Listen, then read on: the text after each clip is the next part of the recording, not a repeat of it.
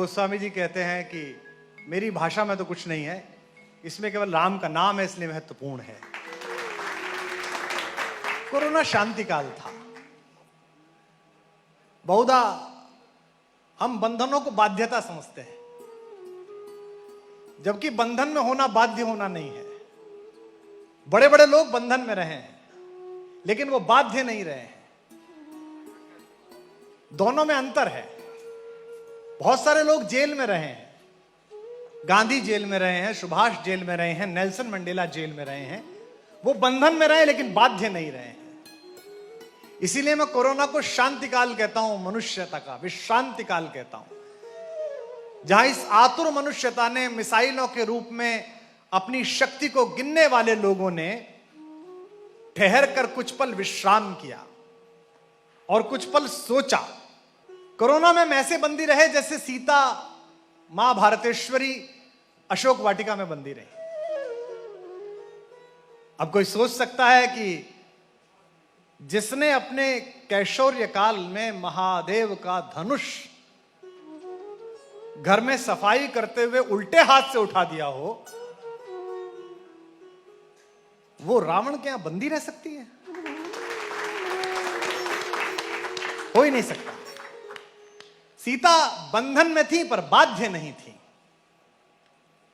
इसीलिए अहंकारी और दुराचारी रावण ने जब जब उनकी मर्यादा के विपरीत बात की, मां सीता ने उसे अपनी शक्ति प्रदर्शित करते हुए कभी अपने कुलवंश के बारे में नहीं बताया। और मैं सदा कहता हूं कि शांति किसके घर आती है, शांति किसके परिवार में पहुंचेगी। शांति पैदा हुई विदेह के घर में।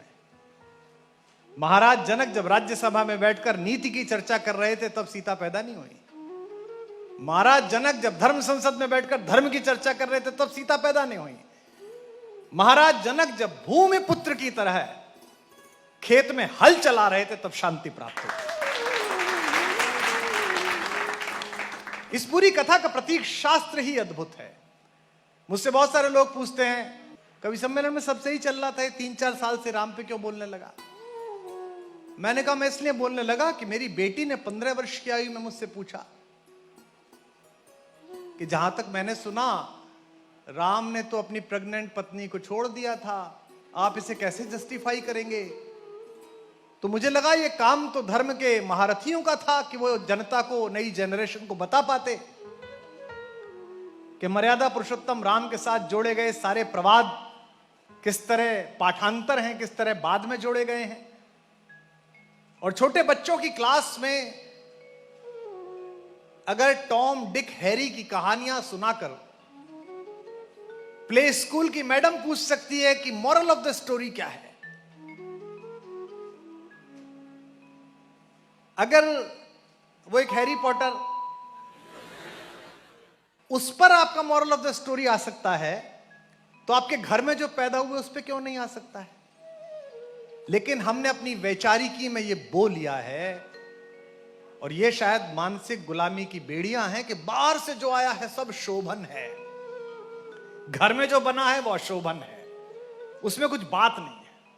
मैं तो चाहता हूं भारतीय सेना के हाथ में भी जो कार्बाइन है वो हिंदुस्तान के किसी साधु के आश्रम में बनी हुई हो। चेकोस्लोवाकिया की और रूस की लेकर खुश हो, भारत की लेकर शंका में हो। तो वो सीता जो रावण के अहंकार को तिरोहित करने के लिए अपने कुलवंश का हवाला नहीं देती। कोरोना कैसा काल था? जिन्होंने मानस जिया, जिन्होंने राम जिया, वो प्रसन्न थे। मैं तो परम प्रसन्न था। जिन्होंने बाजार जिया वो संकट में थे। जिन्होंने परिवार जिया था, जिन्होंने संस्कार जिया वो प्रसन्न थे। सीता अशोक वाटिका में बंधन में है पर बाध्य नहीं है। इसलिए गोस्वामी जी कहते हैं, तृणधरि ओट कहत वैदेही। एक तिनके को धरकर कहा, वैदेही ने क्या कहा और स्मरण किसका किया?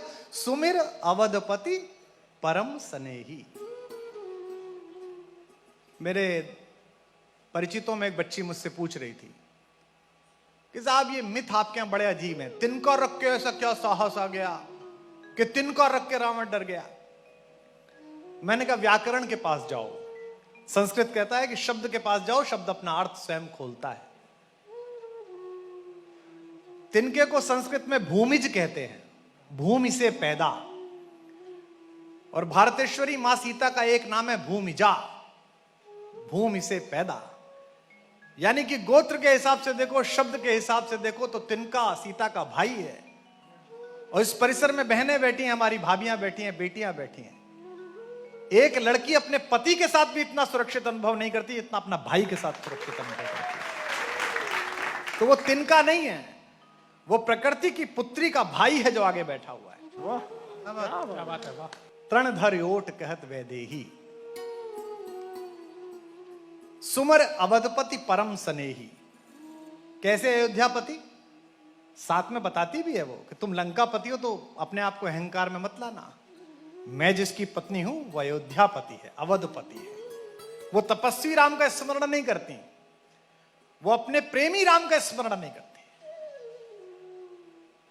मैं राम को पति नहीं मानता, मैं राम को दुनिया का महानतम प्रेमी मानता हूं, जिसने एक आतंकवादी के द्वारा अपहृत की गई अपनी पत्नी के लिए सागर पाताल एक कर दिया, समुद्र पर बांध बना दिया।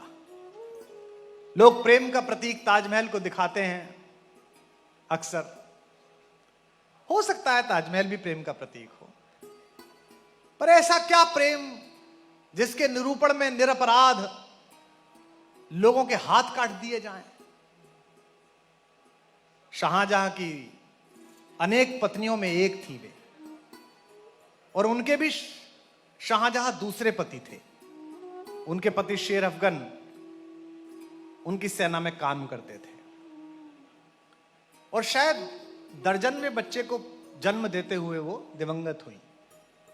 और जिस समय बंगाल में दुर्भिक्ष पड़ा 24 साल का, उस समय ताजमहल को तामीर कराया गया। जिन लोगों ने ताजमहल जैसी अनुपम कृति बनाई, उनको बाध्य कर दिया गया कि वो दूसरा कोई काम ना करें। हाथ कटा देने का मतलब यही है। मैं किताब पढ़ रहा था तो मुझे बड़ी पीड़ा हुई, दुख हुआ।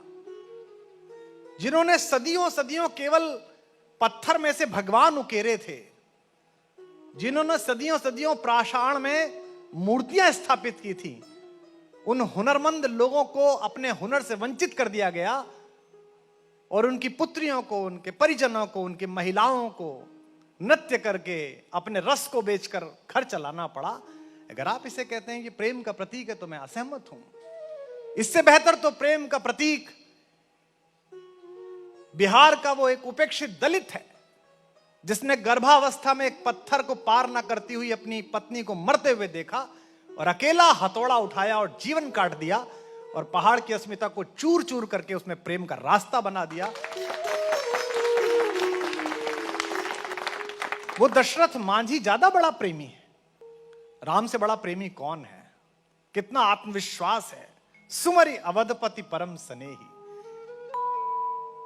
तृण धरि ओट कहत वैदेही, सुमिर अवधपति परम स्नेही। आप मुझ में लय हो जाइए, आपको आनंद आएगा। तृण धरि ओट कहत वैदेही, सुमिर अवधपति परम स्नेही। और याद क्या दिलाती है उसे? तुझे याद नहीं है कि कौन आया है? तू मेरे से ऐसा प्रस्ताव दे रहा है। असमन समझू रहत जान की, खल सुधि नहीं रघुबीर बाण की। तुझे स्मरण नहीं है राम के बाण का, इसमें श्लेष है। वो राम का भी स्मरण करा रही है, और राम का बाण हनुमान आ चुका है उसका भी स्मरण करा रही है कि मूर्ख तेरा अंत निकट है। ये जो सीता का आत्मानुशासन है, अब जब उनके यशस्वी बेटों ने, भारत के लोगों ने मिलकर ये संकल्प कर ही लिया है कि राम पुनः उस पालने में विराजित हुआ जहां कभी खेले थे, तो मैं चाहता हूं कि उस मंदिर में इस बार राम अकेले ना खड़े हों, हमारी मां के साथ खड़े हों। सीता का विग्रह तो वहां लगना चाहिए।